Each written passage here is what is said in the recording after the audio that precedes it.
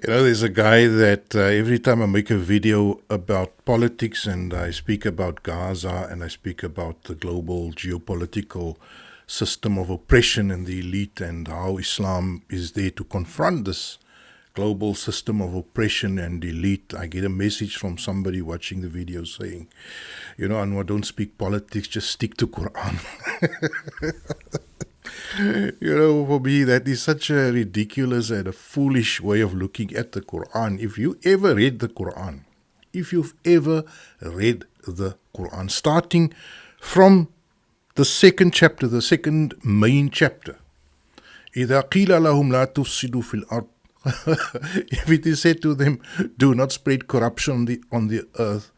Now that is politics, my dear friends. That is politics. That is about global corruption. When you speak about corrupting the earth, you are speaking about politics. And so the Quran is replete. It is a book that is filled with politics. We cannot escape politics if you look at the Quran. Then there's also the 7 oft repeated stories. The story of Nuh, the story of Lut, the story of Ibrahim, the story of Shu'aib, the story of Salih. And these stories also are absolutely none other than stories of confronting the powers of the time, the political powers of the time. What do you think? Do you call Allah saying to Musa, go to Fir'aun and address him? What is that? Who is Fir'aun? Fir'aun is the king, is the political head of Egypt.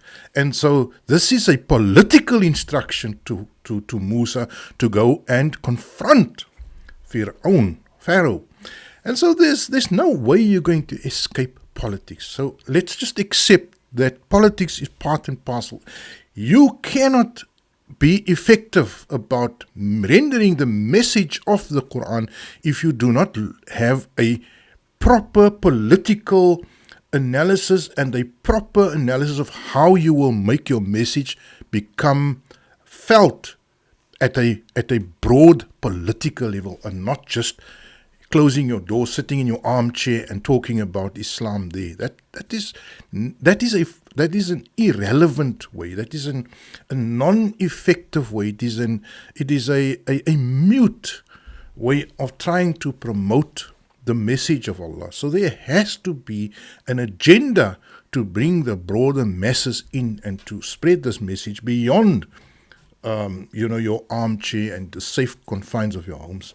No, there's no safe zone for those who want to deliver this message. There's no safe zones. You see, the safe zones are in the arms, under the wings of the oppressors, and those zones are not really safe. So the point of this video is, I want to show you 5 aspects of 5 political realities which the Quran highlights when the Quran renders or brings to mind all these ancient stories, right? The case studies, the case study of Fir'aun and Musa, the case study of Lut and the people of Lut, the case study of Shu'aib.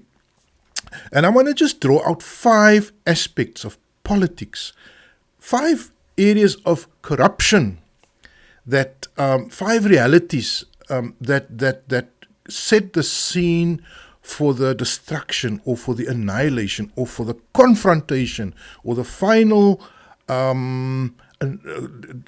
clash between truth and falsehood. And that is the nature of the Quran. The dialectic in the Quran is one between truth and falsehood. We know that in philosophy, in Western philosophy, we have a materialist dialectic, that is Marxism. And Marxism sees all of history, all of the unfolding human drama as a dialectic. Now, a dialectic is a debate, it's an interaction, it's a clash, it's a philosophical showdown historically. And in classic Marxism, the historical dialectic, that conflict, historical conflict, ongoing conflict, is a materialist conflict. In Islam, that historical conflict, that historical dialectic is one that is between what is true and what is false. And so we get elements of Marxism, we will get elements of the economic dispossession, etc. But it's not typically exactly as a Marxist analysis. It surpasses, it goes beyond a materialist analysis. Because one last point before I get to these 5 areas of corruption, Marxism typically sees the problem between people as being a materialist problem. Now, we know from more contemporary research that people are not just driven by material concerns. In fact, the word concerns is the key word. People are driven by concerns, not just by material interests. And that is why when you see a system as the American global hegemony is based on a materialist hegemony, but the confrontation or the antithesis or the response to that hegemony cannot be a materialist hegemony. It has to be a spiritual and a transcendent. It has to be infused with more than a material substance. And that is why Islam comes not just as a materialist response to the hegemony of the oppressor, but comes as a spiritual and as a broader, much wider, transcendent response to the hegemony of materialism. And that is why Islam is superior to a Marxist response, which is just a materialist response to a materialist problem. And so all the other problems of corruption, of the human failings, you see, because of the lack of spiritual substance, humanity is again trapped in sort of self-interest. And so Marxism can never take off or can never really salvage or save society. So let's go to the key points that I want to raise in this video. And the first one is the existence of an arrogant elite. And the Qur'an mentions this time and again. I'll just read the English. After them, we deputized Moses and Aaron to deliver our directives to Pharaoh and his elite. They acted arrogantly, being caught in depravity. So first of all, the first problem, the first sign that a prophet, that a warner, that's a change agent from God is required is when that arrogant elite emerges within human society. And today, my friends, we have the emergence very thoroughly of that arrogant elite. Nobody doubts the existence. Some people call them the 1%. Some people call them the global elite. Some people call them, by various names, capitalists, corporations, whatever. But we are talking about an arrogant elite, an elite that is not just an elite, but has also turned arrogant, that arrogates themselves, that assume that their position of chosenness, of their elite position, is one that is natural, that is ordained, that is sort of like, that is inescapable.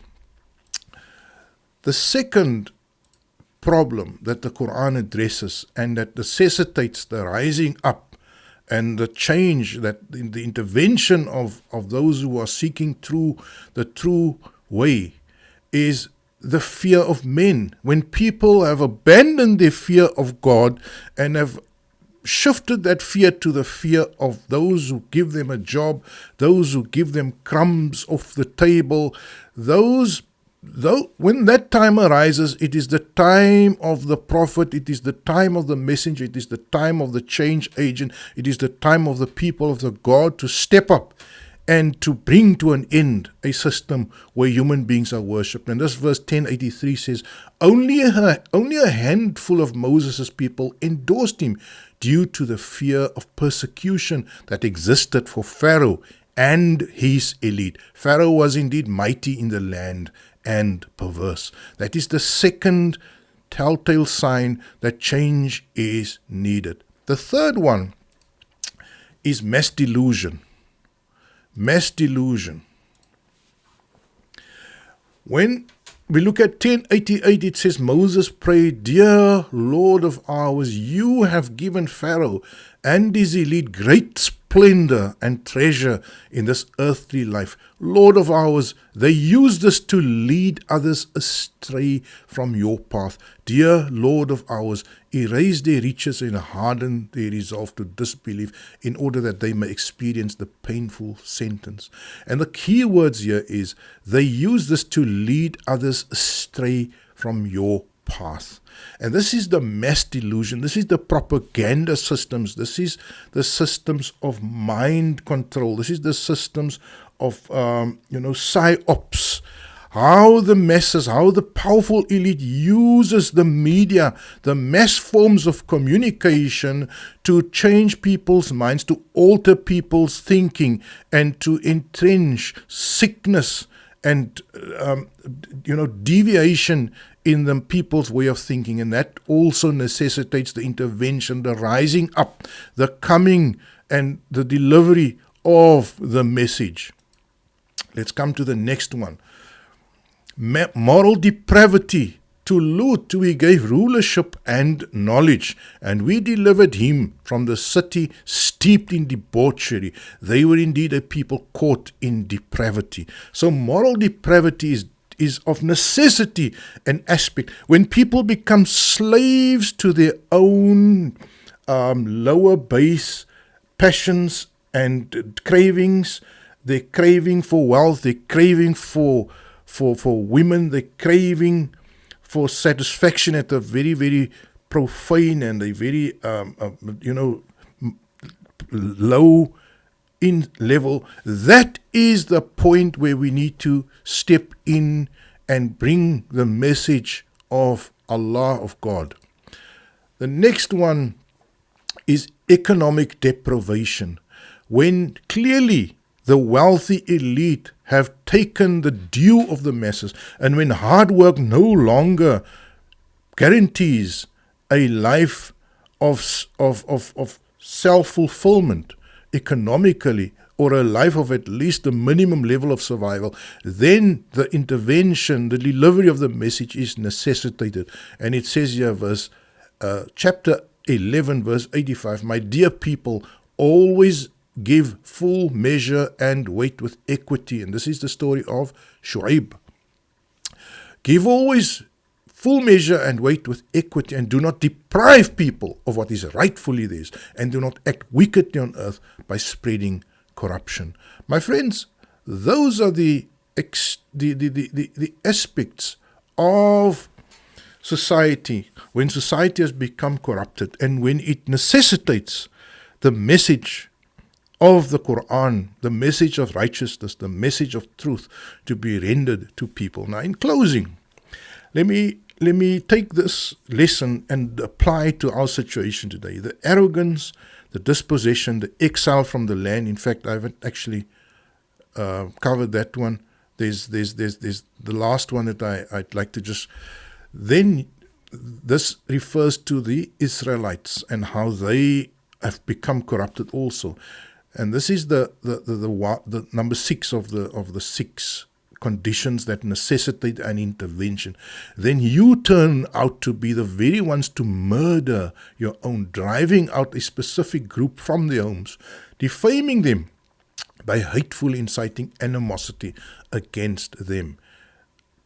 And these are the conditions, my friends, that makes it compulsory, that make it compulsory for you and me to intensify the delivery of the message of truth, the message of the Qur'an.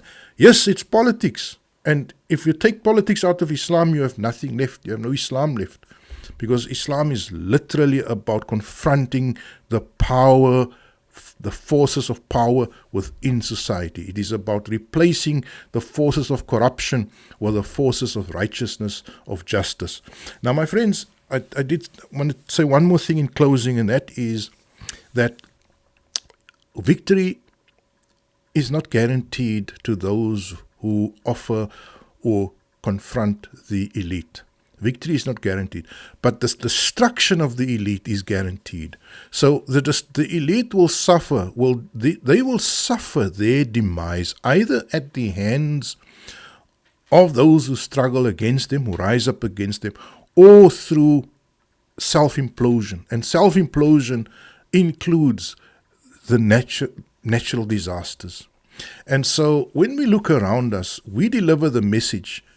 Our victory, our success is not guaranteed, because success ultimately is in the life to follow, right? Not in this world. In this world, this is a training ground. This is a prep. This is a mock of the real thing.